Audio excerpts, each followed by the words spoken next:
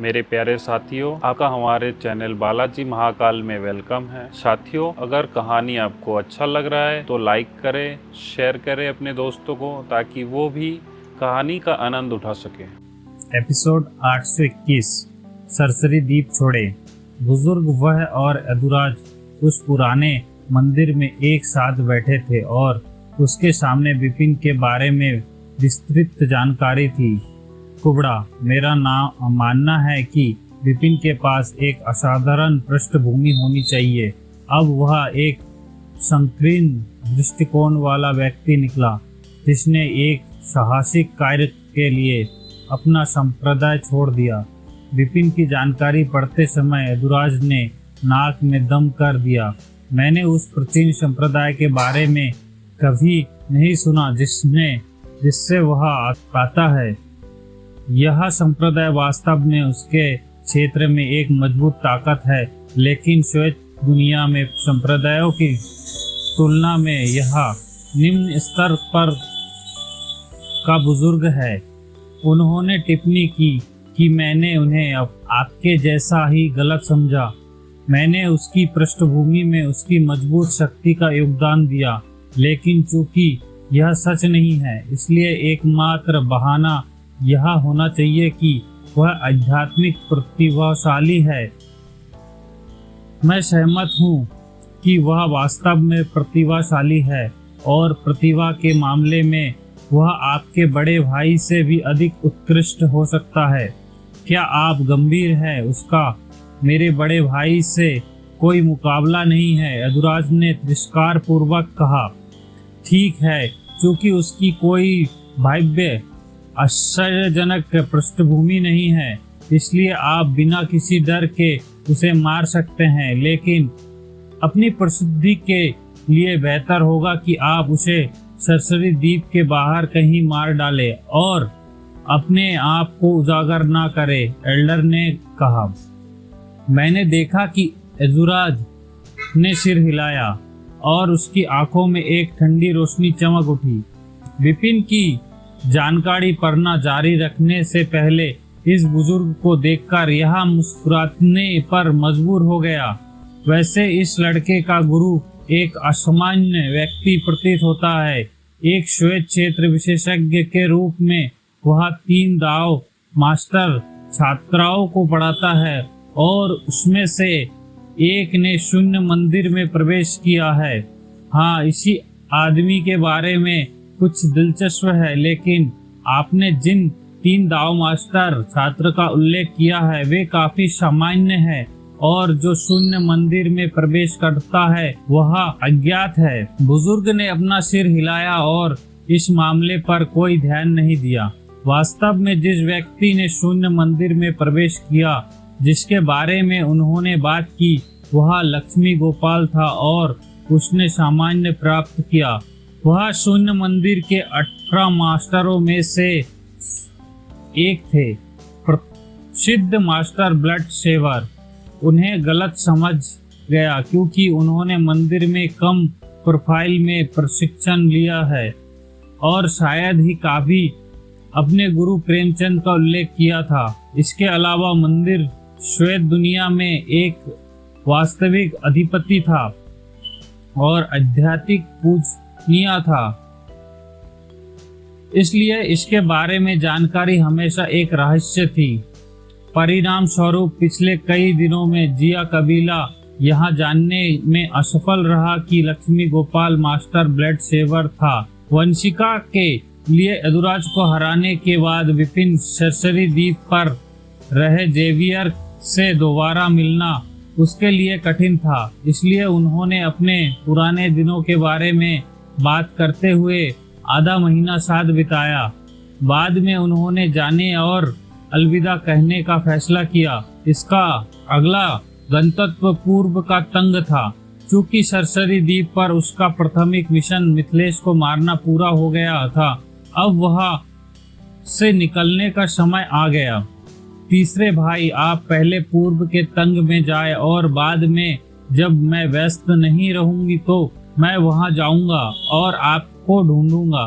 तब तक आप बड़े भाई वरियम और मैं फिर से कुछ समय एक साथ बिता सकते हैं। जेवियर ने मुस्कुराते हुए विपिन से कहा।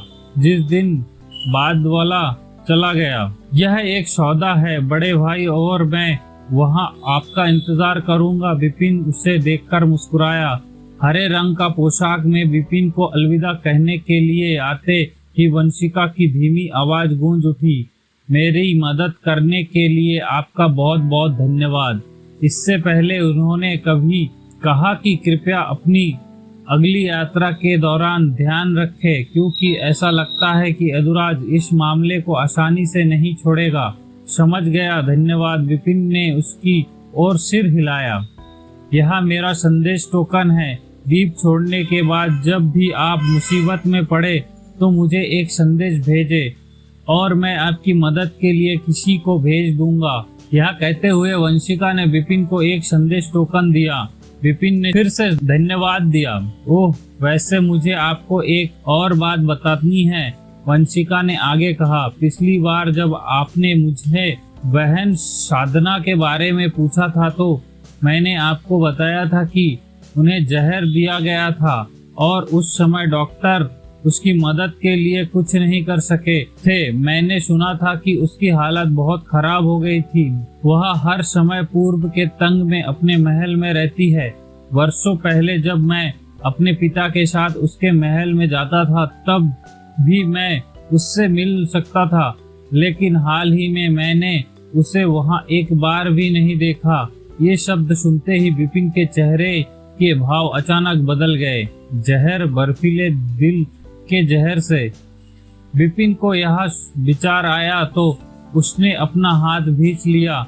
यह पहली बार नहीं था कि उसे पता चला कि रश्मि के हृदय में बर्फीली जहर घुस गया है। वास्तव में जब वह प्राचीन दुनिया में था तब उसने एक बार उससे मदद मांगी थी जहर को बाहर निकालने के लिए। हालांकि उस समय वह बहुत ही कम मात्रा में जहर निकालने के कामयाब रहा, जिससे उसे थोड़ी मदद मिली। जहर उसके शरीर के बहुत गहराई तक होगा। मुझे उसे यथाशीघ्र ढूंढना होगा। कुछ पुरानी यादें उसके पास वापस आ गई। उस समय मैं निचले दायरे में था और वास्तव में उसकी मदद नहीं कर सका, लेकिन अब मैं दिव्य दायरे में पहुंच गया हूँ। मैं शायद उसे ठीक नहीं कर पाऊंगा, लेकिन कम से कम मैं उसे बदतर होने से रोक सकता हूँ। दूसरे भाई, मिस वंशिका, देर हो रही है और मुझे छुट्टी लेनी चाहिए। विपिन ने हाथ जोड़कर मुंह फेर लिया। जैसे ही विपिन चलने लगा तो उस पर नजर रखने वाले व्यक्ति ने तुरंत यदुराज को उसकी छुट्टी के बारे में संदेश भेजा। हाँ विपिन, आखिरकार आपने द्वीप छोड़ दिया। संदेश पाकर यदुराज अपने मंदिर में अत्यधिक प्रसन्न होकर हंसे। भड़काने के डर से मैंने तुम्हें द्वीप पर नहीं मारा, लेकिन जब तक तुम यहाँ से बाहर मारे जाओगे तब तक किसी को तुम्हारी मौत के बारे में मुझ पर संदेह नहीं होगा। तुम दोनों मेरे पीछे आओ। उसने अपने पास चांदी के 2 गार्ड रखने का आदेश दिया। वे 2 व्यक्ति उसकी सुरक्षा के प्रभारी थे और उसकी बातें सुनने के बाद उन्होंने एक दूसरे की ओर देखा। उसमें से एक ने उत्सुकता से पूछा, मास्टर, क्या हमें बाहर निकलने से पहले एल्डर को अपनी योजना के बारे में सूचित करना चाहिए? नहीं, हमें इसकी आवश्यकता नहीं है। यदुराज ने अपना सिर हिलाया। अध्याय 822 प्रतिशोध। यदुराज ने धीमे स्वर में आगे बढ़ने से पहले थोड़ी देर के लिए रोका। उन्होंने उन दिनों के लिए महामहिम के साथ कुछ महत्वपूर्ण मुद्दों पर चर्चा की। हमें उन्हें परेशान नहीं करना चाहिए। इसके अलावा विपिन दिव्य क्षेत्र में है। इस प्रकार आप दोनों ने मेरी मदद की। उनकी मृत्यु निश्चित है। दोनों गार्डों ने सहमति में सिर हिलाया। जाहिर है उन्हें अपनी शक्ति पर भरोसा था। आखिरकार वे अनंत क्षेत्र के 6 चरणों में थे। कुछ ही देर में यदुराज दोनों रक्षकों के साथ चले गए। उन्होंने गुप्त रूप से विपिन का पीछा किया। सरसिस द्वीप से हजारों किलोमीटर दूर शून्य में काले कपड़े पहने विपिन अपनी पीठ पर लंबी तलवार लटकाए अकेले आगे बढ़े। अपने नीचे की विशाल भूमि को पार करने के बाद वह पूर्व के तांग में पहुँचे। दायां तब हुश हुश हुश 3 आकृतियां आश्चर्यजनक गति से पीछे से उसके पास आईं। उनमें से 2 इतनी तेजी से आगे बढ़ीं कि अगले ही पल बिपिन ने उन्हें देखा और वे उसके सामने खड़े हो गए। आखिरकार आप आ गए। 2 आदमियों के अचानक आने से बिपिन को कोई आश्चर्य नहीं हुआ। तलवार ले जाने वाला। बिपिन के पीछे द्वेष की एक बर्फीली आवाज गूंज उठी। 3 अंकों की धीमी गति भी आ गई। बिपिन पीछे मुड़ा और देखा कि यदुराज चेहरे पर गंभीर मुस्कान के साथ पास खड़ा है। उसे देखकर बिपिन मुस्कुराया। उसे उम्मीद थी कि यदुराज, जो हमेशा प्रतिशोधी व्यक्ति रहा है, बदला लेना स्वीकार नहीं करेगा। वह ये भी जानता था कि पिछले आधे महीने के दौरान वह सेसिस द्वीप पर था, इसलिए यदुराज ने कोई कार्रवाई नहीं की। अब उसके द्वीप छोड़ने के बाद से यदुराज को अब इंतजार करने की जरूरत नहीं है। आप किस कारण से मेरे रास्ते में खड़े हैं? सर बिपिन ने यदुराज की ओर देखते हुए फीकी मुस्कान के साथ पूछा। क्या सोचते हो? यदुराज की आवाज से माहौल ठंडा हो गया। आधे महीने पहले तुमने मुझे इतने सारे लोगों के सामने अपमानित किया, और क्या तुम्हें सच में विश्वास है कि मैं ऐसा घिनौना कृत्य करने के बाद तुम्हें जाने दूंगा? हे, किसने सोचा होगा कि जिया कबीले का दूसरा स्वामी इतना संकीर्ण सोच वाला व्यक्ति होगा? बिपिन ने कहा और फिर मुस्कुराता रहा। उसने चांदी के 2 पुरुषों की ओर देखा और पूछा, क्या ये दोनों सज्जन आपके रक्षक हैं? वास्तव में मेरे पिता ने उन्हें मेरा अनुसरण करने के लिए कहा और अनुमान लगाया कि वे दोनों अनंत क्षेत्र के 6 चरणों में क्या हैं? यदुराज ने उत्तर दिया। उन्होंने न केवल 2 व्यक्तियों की पहचान की पुष्टि की, बल्कि उनकी शक्ति का भी खुलासा किया। शाश्वत क्षेत्र के 6 चरण। बिपिन की आंखें थोड़ी सिकुड़ गईं।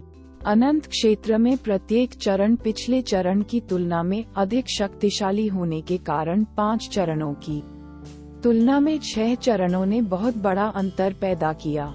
अब बिपिन का सामना ऐसे ही बेतुके स्तर पर 2 विशेषज्ञों से हुआ।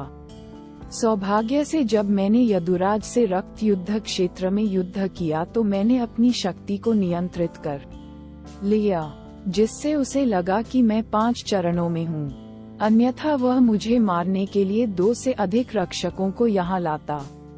ये सोचकर बिपिन मुस्कुराए बिना नहीं रह सका। जिया कबीले के सभी विशेषज्ञों के बीच वह एल्डरहे से सबसे अधिक डरता था।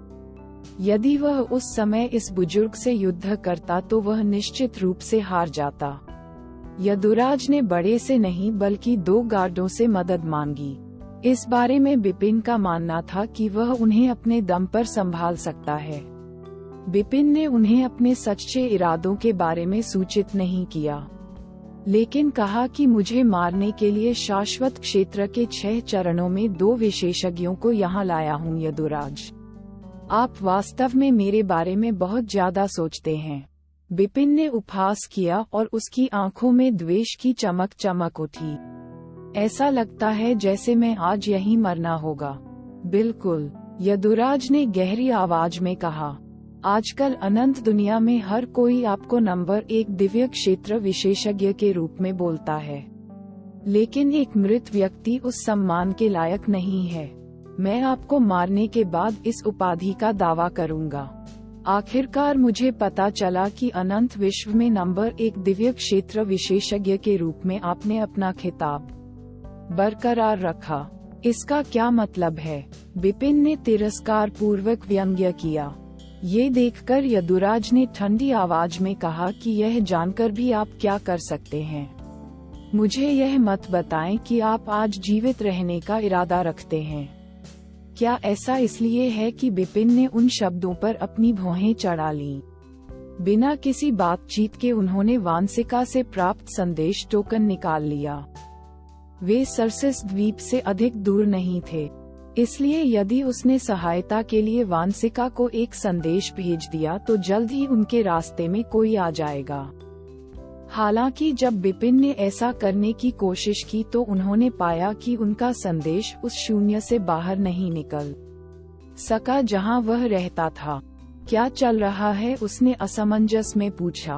हाँ, बिपिन की प्रतिक्रिया देखकर यदुराज चिल्लाया, तलवारबाज, तुम्हें ईमानदारी से विश्वास है कि मैं बिना किसी अतिरिक्त सावधानी के तुम्हें मारने के लिए यहाँ आया हूँ।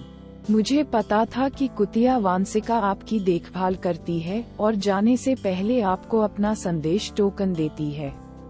इसलिए अगर मैं आपसे बातचीत करते समय इस क्षेत्र को कवर करने के लिए एक प्रतिबंध स्थापित करता हूँ तो यह प्रतिबंध एक दाव मास्टर का काम है और इसके अंदर और बाहर के बीच के कनेक्शन को तोड़ देता है।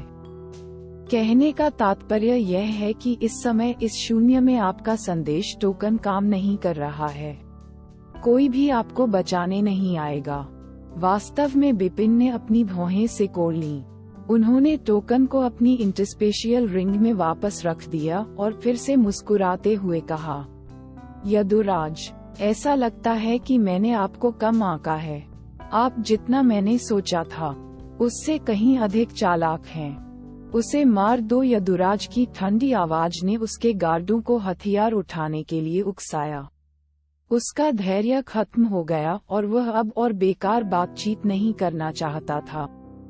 उसका आदेश लेते हुए जैसे ही गार्ड ने बिपिन पर हमला किया, उनकी आंखें चमक उठीं। बिपिन शांत खड़ा गार्डों की ओर उदासीनता से देख रहा था। यदि यदुराज ने जो कहा वह सच है तो वह कोई संदेश भी नहीं भेज सकते। वांसिका की मदद करने के लिए मैंने उससे लड़ने के लिए ब्लड बैटल एरेना में कदम रखा, लेकिन उस समय मेरा इरादा उसे अपमानित करने का नहीं था। मैंने सोचा कि यह उसके और जिया कबीले के लिए एक प्रलोभन है, लेकिन अब चूंकि उसने मौत को अंजाम दिया है तो मैं दोषी नहीं हूँ। बिपिन ने अश्रव्य तरीके से दहाड़ते हुए हत्या का जबरदस्त इरादा नफरत की ज्वार की लहर की तरह उसके पीछे से ऊपर उठ गया। उसी समय उसकी ब्लडलाइन पावर की गूंज के साथ उसका शरीर जबरदस्त गति से बढ़ गया और अगले ही पल वह 15 मीटर के सोने के कवच वाले प्राचीन देवता में बदल गया। उसने अपने एक हाथ में लगभग 12 मीटर लंबी लाल तलवार पकड़ रखी थी, रक्त पर्वत तलवार। चूंकि उसे अनंत क्षेत्र के 6 चरणों में 2 विशेषज्ञों का सामना करना पड़ा, इसलिए उसने बाहर जाने का फैसला किया। अध्याय 823 अनंत क्षेत्र विशेषज्ञों के 6 चरणों के साथ लड़ें। स्वर्ण बख्तरबंद प्राचीन देवता बिपिन ने रक्त पर्वत तलवार को अपनी शक्तिशाली आभा में धारण कर लिया, जिससे वह दुनिया के स्वामी की तरह दिखने लगे।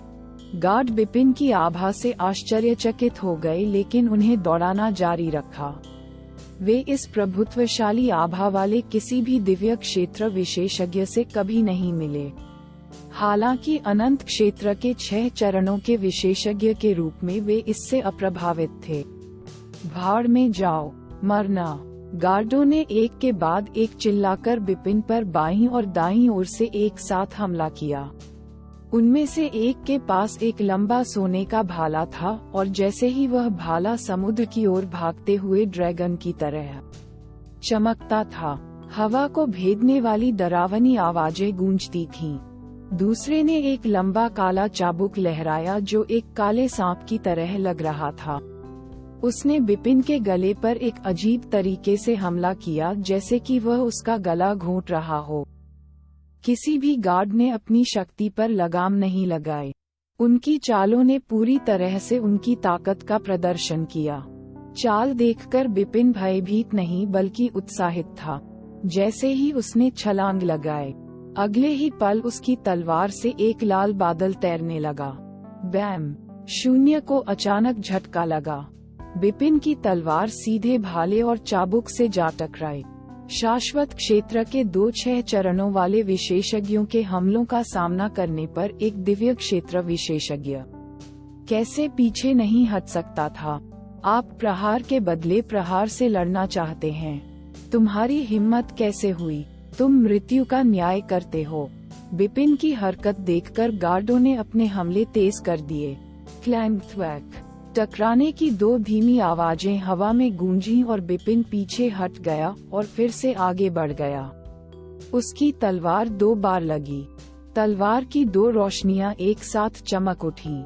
हमले सरल दिखाई दिए लेकिन सूक्ष्म रूप से उत्तम थे। इतना कि दोनों गार्ड प्रभावित होकर अपनी चौड़ी आंखों को छुपाने में मदद नहीं कर सके। इस शरीर ने हमारे हमलों को रोक दिया। हाँ, और इससे भी अधिक वह इतनी जल्दी वापस लड़ा।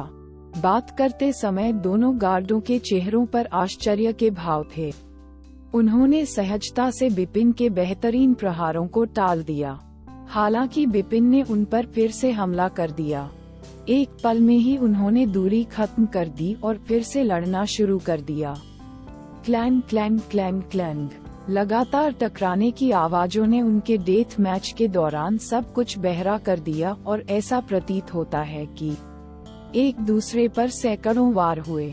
फिर भी ऐसा कोई संकेत नहीं मिला कि बिपिन पर जबरदस्ती की गई हो। यदुराज ने खुले जबड़े से देखते हुए सोचा कि यह कैसे संभव हो सकता है। दोनों गार्डों को भी ऐसा ही महसूस हुआ होगा। उसने हमारे विरुद्ध कड़ी लड़ाई लड़ी। कोई गलती न करें, ये लड़का 6 स्टेप्स में भी है। एक गार्ड चिल्लाया। उसने पिछली बार रक्त युद्ध के मैदान पर अपनी शक्ति को नियंत्रित किया था। दूसरे गार्ड ने गंभीर अभिव्यक्ति के साथ गूंज उठी। मेरे भाले में कुछ गड़बड़ है। भाला रक्षक ने चौंक कर अपने हथियार की ओर देखा। मेरे भाले को क्षति पहुंची है। उसकी तलवार अजीब है। मेरा चाबुक भी वैसा ही था। दोनों गार्डों की नजर बिपिन की ब्लड माउंटेन तलवार पर पड़ी। ये देखकर बिपिन ठंडे लेकिन आत्मविश्वास से मुस्कुराए। उनके हाथ की तलवार उनके गुरु प्रेमचंद द्वारा बनाई गई थी और इसमें अविश्वसनीय ताकत थी। लड़ाई की ताकत के मामले में बिपिन 5 चरणों में थे। हालांकि ब्लड माउंटेन तलवार की शक्ति के साथ उन्होंने 6 चरणों के विशेषज्ञ की शक्ति का इस्तेमाल किया। इसके अलावा वह करीबी लड़ाई और घेराबंदी से लड़ने में भी कुशल थे।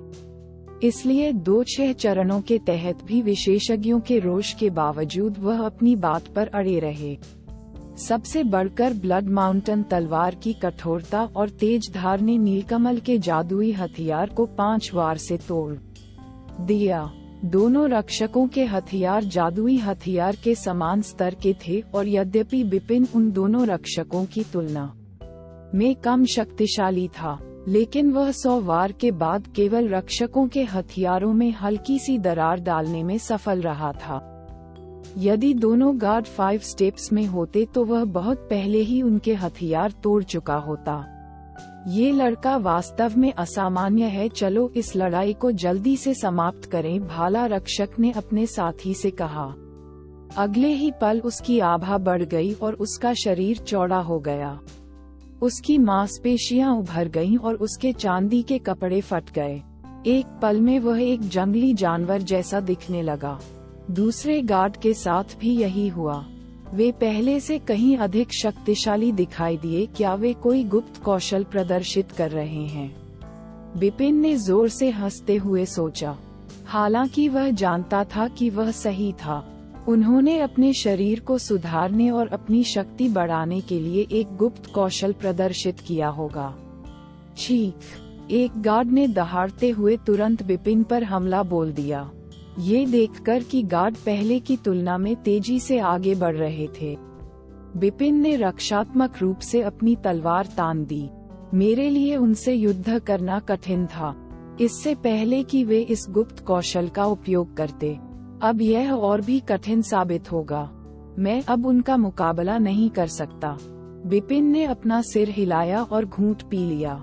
अगले ही पल उसने अपना हाथ लहराया और एक बहती हुई रोशनी हवा में चमक उठी।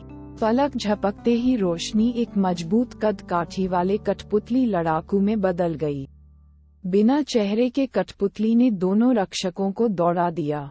उसी समय उसकी दाहिनी तर्जनी पर इंटरस्पेशियल रिंग के अंदर लगभग 1 लाख दिव्य रत्न भस्म हो गए, क्योंकि उसने अपने दाहिने हाथ को उस शक्ति से गार्डों को मुक्का मारते हुए जकड़ लिया था। इसके पीछे श्रेष्ठ 6 चरणों की शक्ति के साथ एक पृथ्वी टूटने वाला झटका 2 गार्ड निशाने पर थे। दोनों उस प्रहार को देखते हुए शांत रहे। वे बता सकते थे कि यह शक्तिशाली था, लेकिन वे निडर थे। उन्होंने एक स्वर में कठपुतलियों पर अपने हथियार घुमाए। बूम! चारों ओर गड़गड़ाहट गूंज उठी, जहां आवाज शीशे की खिड़की की तरह टूटे हुए शून्य से आती थी। अध्याय 824, तलवार के सार की पहली लकीर। हुश हुश! दोनों गार्ड लगभग एक ही समय पर पीछे हटे। ये कैसे हो सकता है? ये कठपुतली लड़ाकू वास्तव में शक्तिशाली है। उन सभी की आंखें चौड़ी थीं और जबड़े खुले हुए थे और वे आश्चर्यचकित होकर देख रहे थे। वे सब बाहर गए और हाथ जोड़े, लेकिन फिर भी मुके से निराश हुए। इस कठपुतली सेनानी की शक्ति उनकी अपेक्षाओं से कहीं अधिक थी। जब कठपुतली सेनानी 2 रक्षकों से लड़ रहा था तो बिपिन यदुराज से निपटने के लिए मुड़ा। वाह! उसने यदुराज पर इस प्रकार धावा बोला मानो कोई विशाल जादुई तलवार शून्य को भेद रही हो। जैसे ही उसने उसकी ओर देखा, उसकी आंखों में गहरे सुनहरे रंग की रोशनी चमक उठी। आप मेरे मरने की कामना करते हैं, लेकिन मुझे ये देखना अच्छा लगेगा कि वास्तव में मृत व्यक्ति कौन होगा। जैसे ही बिपिन गुर्राया, उसकी हत्या का इरादा यदुराज पर हावी हो गया। माल!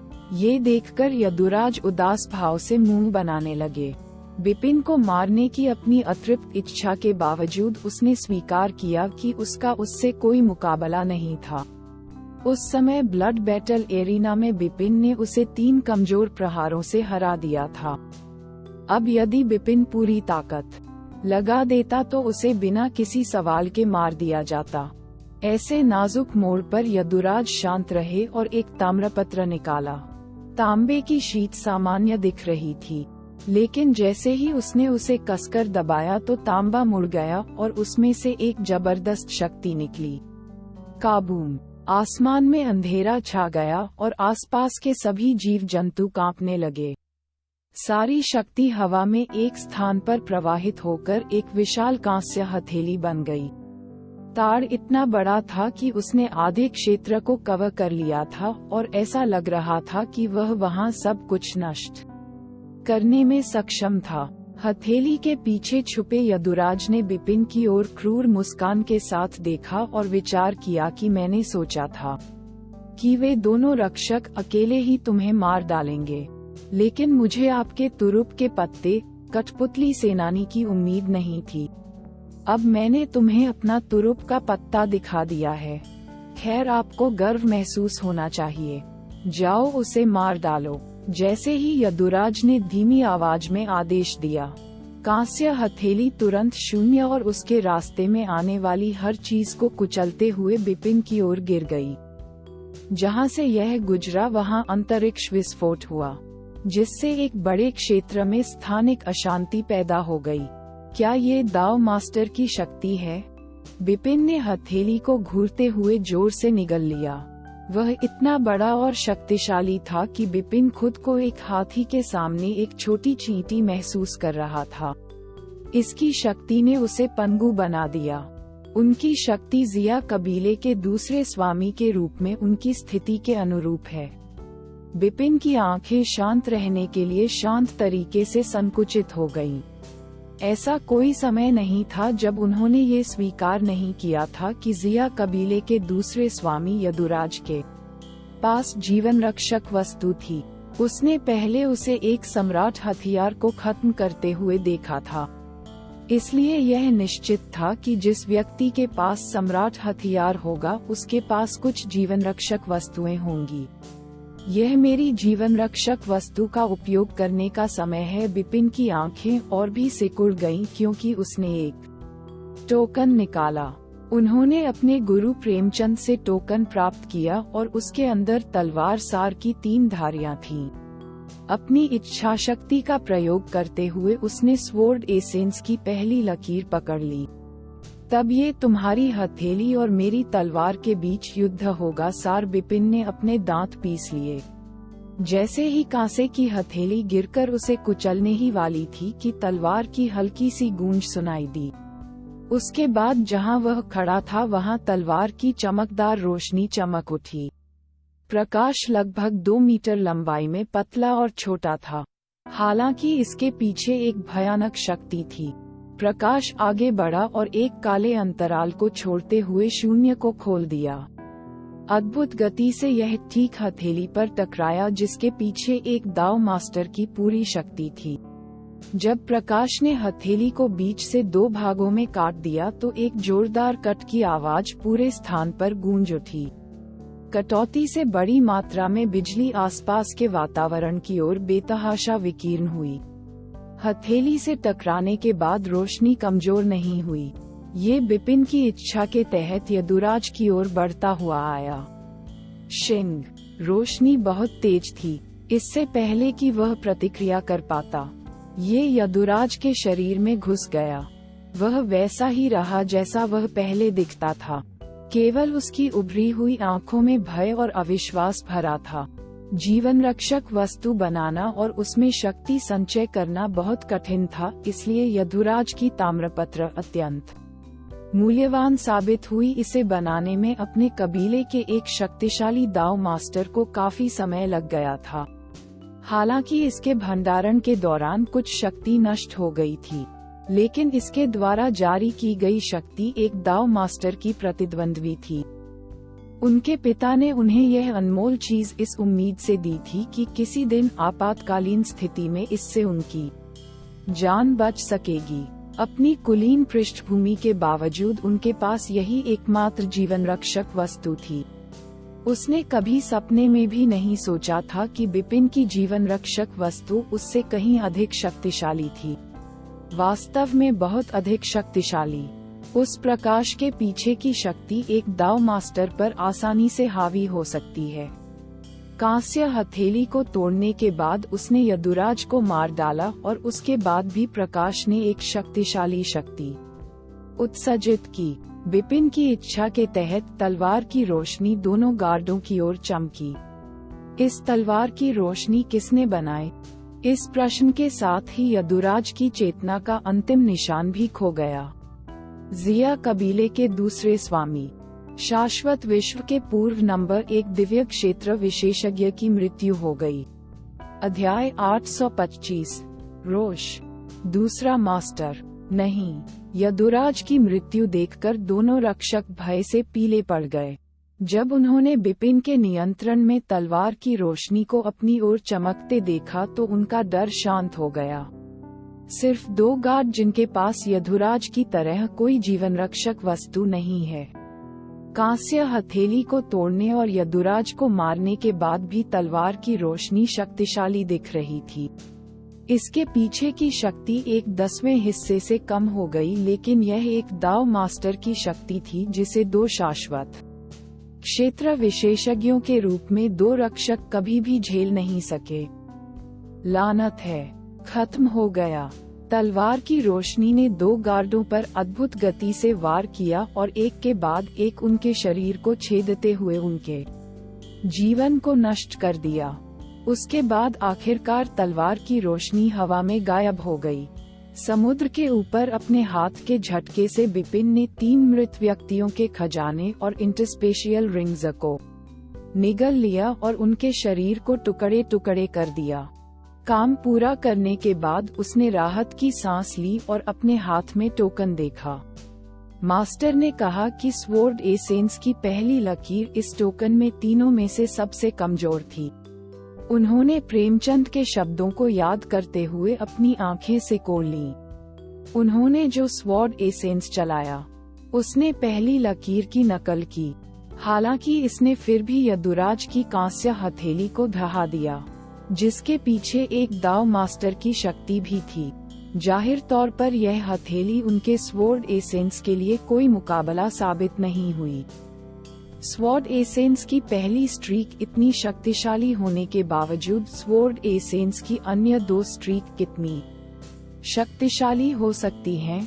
सनराइज तलवार सम्राट जिसने उन तलवार सारों को तैयार किया, वह कितना शक्तिशाली हो सकता है? बिपिन एक पल के लिए उन विचारों में घूमता रहा।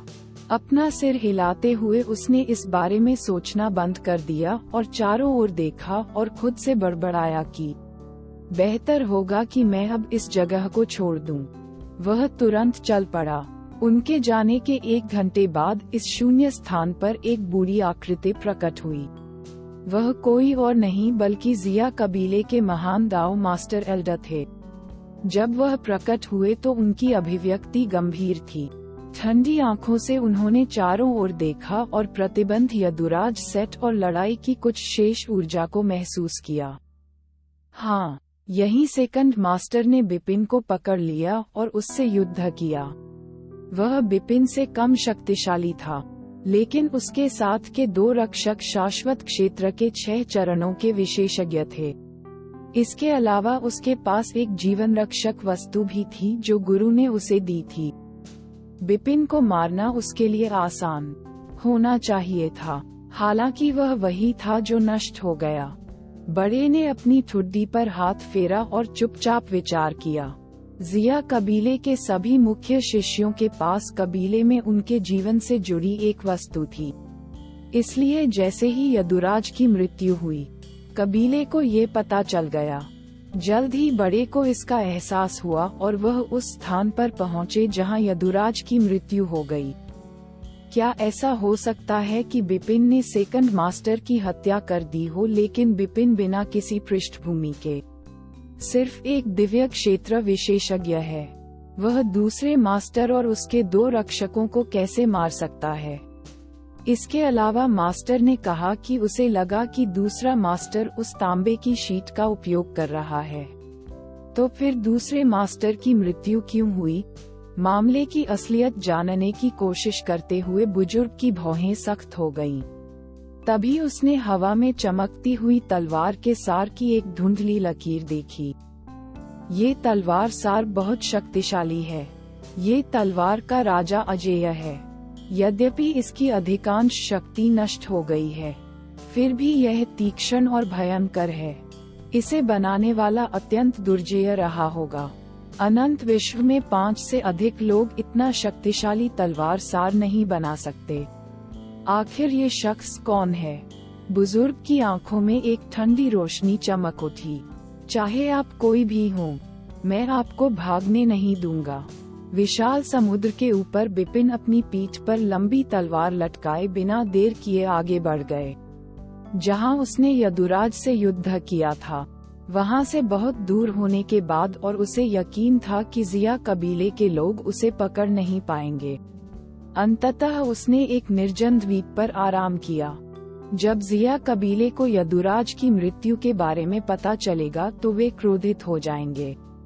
उसने मन ही मन सोचा, जिया कबीले के स्वामी का पुत्र और नंबर 1 असाधारण प्रतिभा का भाई होने के साथ साथ शाश्वत विश्व में सबसे कम उम्र के शाश्वत क्षेत्र विशेषज्ञ होने के नाते यदुराज ने अपने कबीले में एक उच्च दर्जा प्राप्त किया। उनकी मृत्यु से किसी भी तरह से कबीले को गुस्सा नहीं आएगा।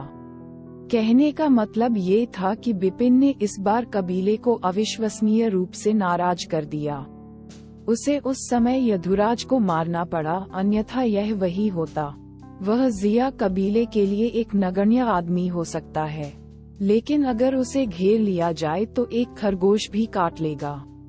चूंकि यदुराज उसे मारना चाहता था, चाहे वह कितना भी प्रतिष्ठित व्यक्ति क्यों न हो, उसने जवाबी कार्रवाई करने का साहस किया। ऐसे ही इंसान थे बिपिन। चूंकि यदुराज और मेरे बीच दुश्मनी है, इसलिए कबीले को पता चल गया होगा कि उसने मुझे मारने का साहस किया है। जब उन्हें उसकी मौत का पता चलेगा तो वे निष्कर्ष निकालेंगे कि मैं हत्यारा हूँ, क्योंकि मेरे पृष्ठभूमि गुरु और प्राचीन का पता लगाना उनके लिए बहुत आसान है। इस मामले में संप्रदाय का हाथ हो सकता है। बिपिन ने मुड़े हुए निचले होंठ से विचार किया, मुझे इसके बारे में मास्टर को पहले से सूचित करना होगा, ताकि उन्हें इसकी तैयारी के लिए कुछ समय मिल सके। अपना मन बनाकर बिपिन ने प्रेमचंद को सारी बात बताकर उनसे संपर्क किया। बिपिन की बातें सुनकर प्रेमचंद शांत रहे। उसने तुरंत उसे जवाब दिया, मुझे लगा कि चिंता मत करो, संप्रदाय पर कोई नुकसान नहीं होगा, लेकिन आपको अभी भी सावधान रहना चाहिए और जिया कबीले द्वारा खुद को मत मारो। अपने मालिक का उत्तर पाकर बिपिन ने बड़ी राहत की सांस ली। उन्हें अपनी चिंता नहीं थी। उन्हें सबसे अधिक चिंता इस बात की थी कि प्रेमचंद और प्राचीन संप्रदाय को इस मामले में घसीटा जाएगा। अपने स्वामी से आश्वस्त उत्तर पाकर उसके हृदय का बोझ उतर गया। मास्टर शक्तिशाली है, इसके अलावा सीनियर ब्रदर अब शून्य मंदिर के 18 मास्टरों में से एक है। इसे देखते हुए जिया कबीला प्राचीन संप्रदाय पर हमला करने से पहले पुनर्विचार करेगा। मैं अपनी कमजोरी पर रोता हूँ। जिया कबीले को डराने के लिए वे इतने शक्तिशाली हैं कि वे यदुराज जैसे दुष्ट को मारने के लिए मेरे खिलाफ एक शब्द भी बोलने की हिम्मत नहीं करते। थोड़ी देर के लिए बिपिन की जटिल भावनाएं उस पर हावी हो गईं, लेकिन उसने अपना सिर हिलाया और सोचना बंद कर दिया। वैसे जिया कबीले के दूसरे स्वामी के रूप में जिया कबीले को अमीर होना चाहिए और उसके पास कई खजाने होंगे। मुझे देखने दो कि क्या उनमें से कोई किसी काम का हो सकता है। ये सोचकर बिपिन ने जल्दी से यदुराज की अंतरंगूठी खींच ली। उसने इसकी बारीकी से खोज की।